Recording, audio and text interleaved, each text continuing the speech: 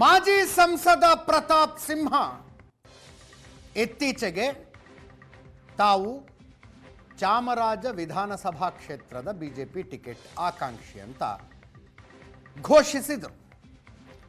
ಸಂಸದರಾಗಿದ್ದ ಅವಧಿಯಲ್ಲಿ ತಾವು ಮಾಡಿದ ಸಾಧನೆಗಳ ಕ್ಯಾಲೆಂಡರ್ ಒಂದನ್ನು ಬಿಡುಗಡೆ ಮಾಡಿದರು.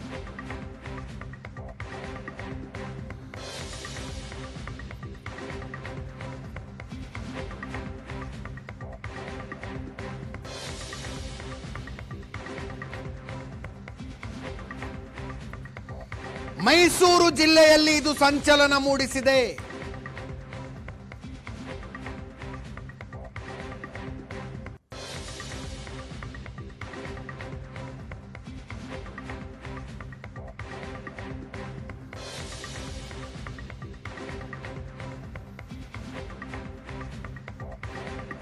ಬಿಜೆಪಿ ನಾಯಕ ಮಾಜಿ ಶಾಸಕ ನಾಗೇಂದ್ರ ಸಿಟ್ಟಿಗೆದ್ದಿದ್ದಾರೆ.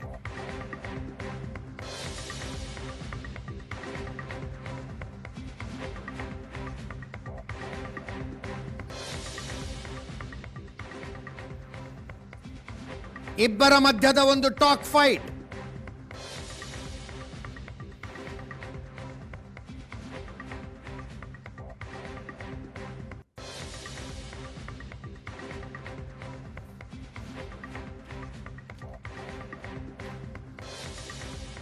ನಾನೊಂದು ಪ್ರಯತ್ನ ಮಾಡ್ತೀನಿ ಚಾಮರಾಜ ಕ್ಷೇತ್ರದ ಟಿಕೆಟ್ ತೆಗೆದುಕೊಳ್ಳೋದಕ್ಕೆ ಅಂತ ಪ್ರತಾಪ್ ಸಿಂಹ ಅವರ ಮಾತು.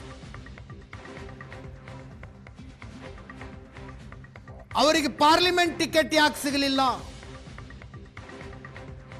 ಹಿಂದೂ ಹುಲಿ ಅಂತ ಹೇಳಿಕೊಳ್ತಾರೆ. ಅವರು ರಾಜ್ಯ ನಾಯಕರಾಗಿ ಬೆಳೆದಿದ್ದಾರೆ. ಬೇರೆ ಎಲ್ಲಾದರೂ ಸ್ಪರ್ಧೆ ಮಾಡಲಿ. ಅವರು ಬೇರೆ ಊರಿಂದ ಬಂದವರು, ನಾನು ಇದೇ ಊರಿನವನು, ಬೇರೆ ಕಡೆ ಹೋಗೋದಕ್ಕಾಗೋದಿಲ್ಲ ಅಂತ ನಾಗೇಂದ್ರ ಹೇಳ್ತಿದ್ದಾರೆ.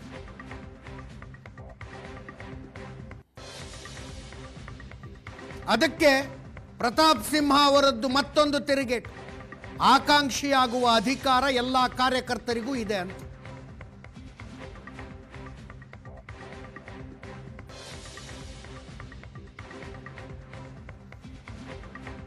ಕೇಳಿಸ್ಕೊಳ್ಳಿ.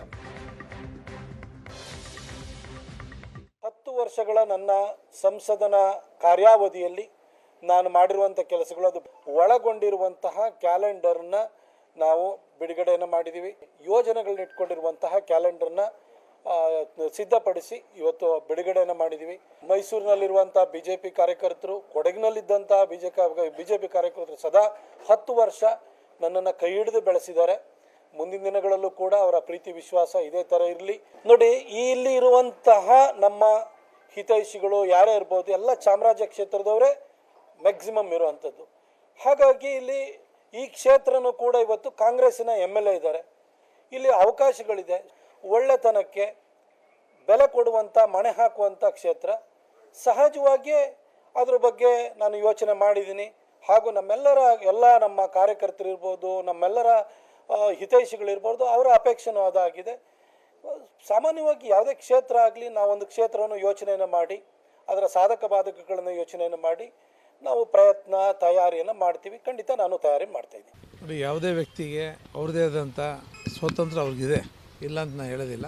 ಆದರೆ ಅದನ್ನು ತೀರ್ಮಾನ ಮಾಡುವಂಥದ್ದು ಹೈಕಮಾಂಡ್ ಅಂತಕ್ಕಂಥದ್ದು ಮೊದಲಿಂದ ಎಲ್ಲರಿಗೂ ಗೊತ್ತಿರ್ತಕ್ಕಂಥ ವಿಷಯ. ಅವರು ಸಹ ಅದರ ಬಗ್ಗೆ ಅರಿವಿರಬೇಕಾಯಿತು. ಕಳೆದ ಬಾರಿನೂ ಸಹ ಅವ್ರು ಹೇಳಿದರು, ಪಾರ್ಲಿಮೆಂಟಿಗೆ ನಾನಲ್ಲದೆ ಬೇರೆ ಯಾರು ಅಂತ ಹೇಳಿದರು. ಅದಾಯ್ತಾ? ಆಗಿಲ್ಲ. ನಾವು ಪಕ್ಷ ಸಂಘಟನೆ ಮಾಡೋದು ನನ್ನ ದೃಷ್ಟಿಯಲ್ಲಿ ನಾನೊಬ್ಬ ಅಧ್ಯಕ್ಷನಾಗಿ, ನಗರ ಅಧ್ಯಕ್ಷನಾಗಿ ನಾನು 4 ಕ್ಷೇತ್ರನ ಗೆಲ್ಲಿಸುವಂಥ ಜವಾಬ್ದಾರಿ ನನ್ನ ಮೇಲಿದೆ. ನಾನು ಅದ್ರ ಬಗ್ಗೆ ಹೆಚ್ಚು ಒತ್ತು ಕೊಡ್ತೀನಿ ಹೊರತು ಈ ರೀತಿಯಾದಂಥ ವಿಚಾರಗಳಿಗೆ ನಾನು ಒತ್ತು ಕೊಡೋಲ್ಲ. ನಾನು ಸೋತಿರ್ತಕ್ಕಂಥದ್ದು ತುಂಬ ನೇರೋ ಮಾರ್ಜಿನ್, ತುಂಬ ಕಡಿಮೆ ಅಂತರದಲ್ಲಿ ನಾನು ಸೋತಿರ್ತಕ್ಕಂಥದ್ದು. ಕಳೆದ ಬಾರಿ ನಾನು ಸೋತರೂ ಸಹ ಗೆದ್ದಂಥ ಸಂದರ್ಭದಕ್ಕಿಂತ ಹೆಚ್ಚು 18,500 ಓಟನ್ನು ಹೆಚ್ಚು ಮತ ಪಡೆದಿರ್ತಕ್ಕಂಥವ್ರು ನಾನು. ಅದರಿಂದ ಅವರು ಸಹ ಅರ್ಥ ಮಾಡ್ಕೋಬೇಕು. ಅವರು ಯಾರೂ ಸಹ ಪಕ್ಷದ ಇತಿಮಿತಿಗಳನ್ನ ಮೀರಿ ಹೋಗುವಂಥದ್ದು ಆಗಬಾರ್ದು. ಕೇಂದ್ರದಲ್ಲಿ ಇಲ್ಲ ಅಂದಮೇಲೆ ರಾಜ್ಯದಲ್ಲೇ ಇರಬೇಕಲ್ವ, ಅದ್ರ ಹೊರತಾಗಿ ಬೇರೆ ಯಾವುದಿಲ್ವಲ್ಲ. ಹಾಗಾಗಿ ರಾಜ್ಯ ರಾಜಕಾರಣದಲ್ಲಿದ್ದೀನಿ. ಎಷ್ಟೋ ಜನ ಇಡೀ ದೇಶದಲ್ಲಿ ಟಿಕೆಟ್ ವಂಚಿತರಿದ್ದಾರೆ. 2019ರಲ್ಲಿ BJPಯಿಂದ ಗೆದ್ದವರು. ಅದರಲ್ಲಿ 43%ಗೆ ಅಂದರೆ 132 ಜನಕ್ಕೆ ಟಿಕೆಟನ್ನು ಕೊಡಲಿಲ್ಲ. ಅವರಿಗೆ ರಾಜ್ಯ ಮಟ್ಟದಲ್ಲಿ ಯಾವ ರಾಜ್ಯಗಳಲ್ಲಿ ಈ ರೀತಿ ಟಿಕೆಟ್ ಪಡ್ಕೊಂಡಿರಲಿಲ್ಲ ಅವರಿಗೆ ಅಸೆಂಬ್ಲಿನಲ್ಲಿ ಕಂಟೆಸ್ಟ್ ಮಾಡಲಿಕ್ಕೆ ಅವಕಾಶನ ಮಾಡಿಕೊಟ್ರು. ಹಾಗಾಗಿ ಕೇಂದ್ರ ಮಟ್ಟದಲ್ಲಿ ಜವಾಬ್ದಾರಿ ಇಲ್ಲ ಅಂದಾಗ ರಾಜ್ಯ ಮಟ್ಟದಲ್ಲಿ ಪಕ್ಷನೂ ಕೂಡ ಜವಾಬ್ದಾರಿಯನ್ನು ಕೊಡುತ್ತೆ. ಹಾಗಾಗಿ ನಾನು ಕೂಡ ರಾಜ್ಯ ಮಟ್ಟದಲ್ಲಿ ಜನರ ಜೊತೆ ಇರಬೇಕು ಅಂತ ನಾನು ತೀರ್ಮಾನ ಮಾಡಿದ್ದೀನಿ. ಹಾಗೆ ಇನ್ನು ರಾಜ್ಯ ರಾಜಕಾರಣದಲ್ಲಿ ಇದ್ದೀನಿ ಅಂತೇಳಿ ಹೇಳಿ ಈ ಹಿಂದೆನೂ ಕೂಡ ಸ್ಪಷ್ಟಪಡಿಸಿ. ನಾನು ಮೈಸೂರಲ್ಲೇ ವಾಸ ಮಾಡೋದು, ಮೈಸೂರಲ್ಲೇ ಇರೋದು. ಅಲ್ಲಿ ಅತಿ ಹೆಚ್ಚು ವಿದ್ಯಾವಂತರು, ಬುದ್ಧಿವಂತರು, ಪ್ರಜ್ಞಾವಂತರು ಇರುವಂಥ ಕ್ಷೇತ್ರ. ಹಾಗಾಗಿಯೇ ನಾನು ಕೂಡ ಅಲ್ಲಿಯ ಒಬ್ಬ ಆಕಾಂಕ್ಷಿ ಅಂತ ಹೇಳಿದ್ದೀನಿ ಅಷ್ಟೆ. ನಾನೊಬ್ಬ ಆಕಾಂಕ್ಷಿ ಅಂತ ಹೇಳಿದ್ದೀನಿ. ಇದು ಈ ಒಂದು ಆಕಾಂಕ್ಷಿಗೂ ಅಭ್ಯರ್ಥಿ ಇವೆರಡರ ಡಿಫ್ರೆನ್ಸು ಕನಿಷ್ಠ ವಿದ್ಯಾರ್ಹತೆ ಇರುವಂಥವ್ರಿಗೆ ಯಾರಿಗೆ ಬೇಕಾದರೂ ಅರ್ಥ ಆಗುತ್ತೆ.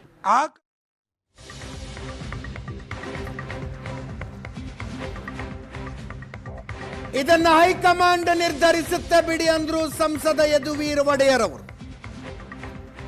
ಎಲ್ಲರೂ ಒಂದಾಗಿ ಪಕ್ಷಕ್ಕಾಗಿ ದುಡಿಯುವುದು ಆದ್ಯತೆಯಾಗಬೇಕು. ಟಿಕೆಟ್ ಹಂಚಿಕೆ ಹೈಕಮಾಂಡ್ ತೀರ್ಮಾನಿಸುತ್ತೆ, ವರಿಷ್ಠರು ತೀರ್ಮಾನಿಸ್ತಾರೆ.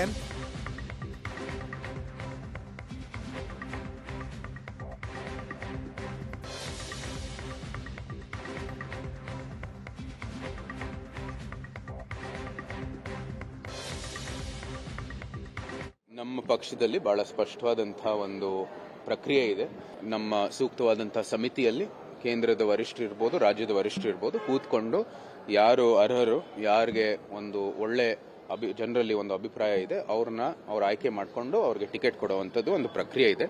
ನಾವು ಯಾರು ಕೊಡ್ತಾರೋ ಇಲ್ವೋ ಅಂತ ಹೇಳುವಂಥದ್ದು ನಮ್ಮ ಯಾರಲ್ಲೂ ಕೂಡ ಆ ಒಂದು ಹೊಣೆ ಇಲ್ಲ. ಅವ್ರವ್ರು ಮಾಡ್ಕೊಳ್ಳುವಂಥದ್ದು ಪ್ರಕ್ರಿಯೆಗೆ ನಾವೆಲ್ಲ ತಕ್ಕ ಒಂದು ಹೋರಾಟ ಮಾಡ್ತೀವಿ. ಎಲ್ಲರಿಗೂ ವಾಕ್ ಸ್ವಾತಂತ್ರ್ಯ ಇದೆ, ಎಲ್ಲರಿಗೂ ತಮ್ಮ ಅಭಿಪ್ರಾಯ ಸಲ್ಲಿಸೋದಕ್ಕೆ ಸಂಪೂರ್ಣವಾದಂಥ ಸ್ವಾತಂತ್ರ್ಯ ಇದೆ. ಅವ್ರು ಮಾಡ್ಕೋತಾ ಇದ್ದಾರೆ ಅಷ್ಟೇ.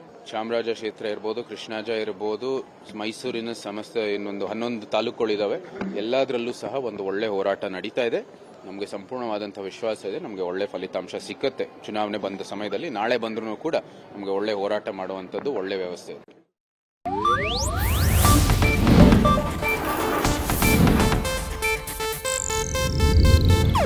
ಇದು ಏಷ್ಯಾನೆಟ್ ನ್ಯೂಸ್ ನೆಟ್ವರ್ಕ್ ಪ್ರಸ್ತುತಿ.